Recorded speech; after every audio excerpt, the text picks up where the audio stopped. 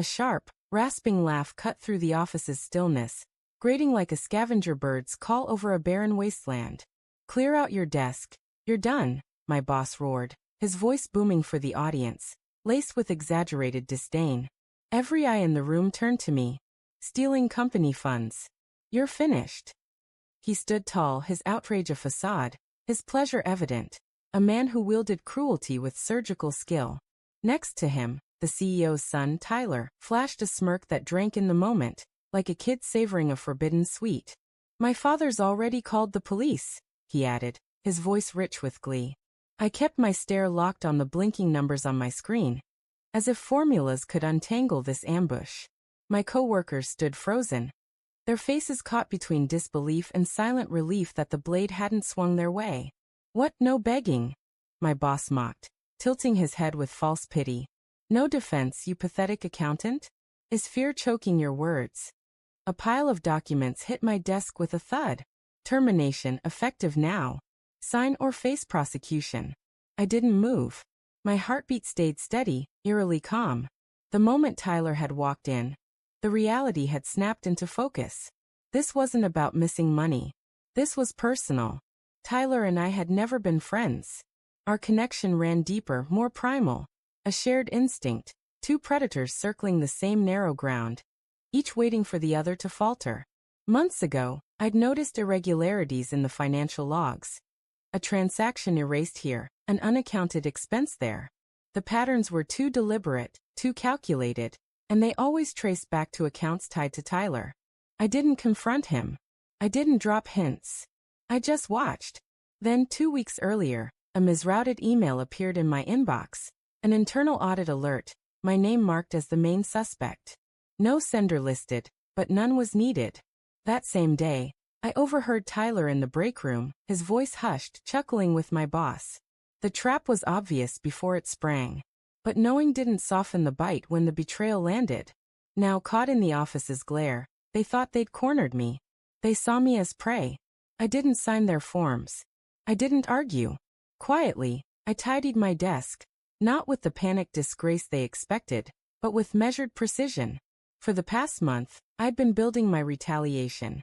Gathering transaction records, snapping photos of signed papers, tracking wire transfers through dummy corporations. My final act was slipping one of Tyler's falsified invoices into the stack he'd handed to my boss the previous Thursday. A perfect match to the evidence I'd already compiled. This wasn't just about evidence. It was about weaving a trap that closed around him alone. Each night, I'd go home and pore over the files, not out of uncertainty, but to savor the moment I'd deliver the truth and watch his arrogance crumble. The next morning, I bypassed the office and went straight to the board meeting. The receptionist wavered, her gaze unsure, but I walked in with the assurance of someone who belonged. My uncle, once a founding partner who'd sold his shares, still held a faint sway here. The board members glanced up, confused. The CEO's brow creased.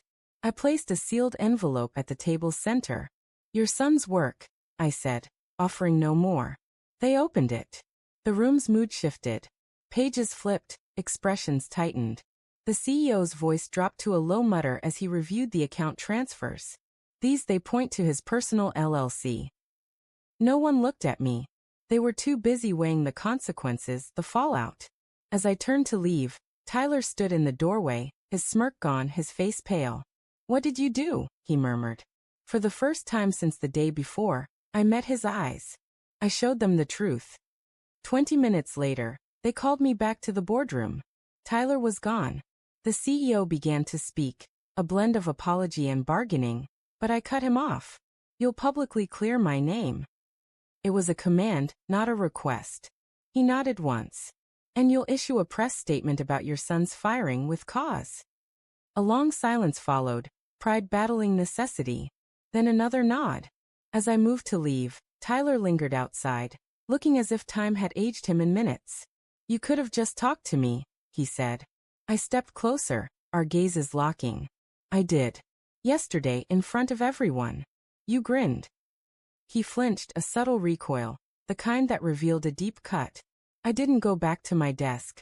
The job, the workspace, they meant nothing to me now. By nightfall, The internal audit's fallout had spread through industry news outlets. Tyler's name was everywhere, stained by scandal. In my dim apartment, I sat gazing at the city's glow beyond the window. No rush, no triumph, just a quiet calm. Revenge, when carried out with care, doesn't burst like a cheer. It's the soft snap of a lock sealing shut. They wanted me broken. Instead, I walked away untouched. And Tyler finally knew what it felt like to be the prey.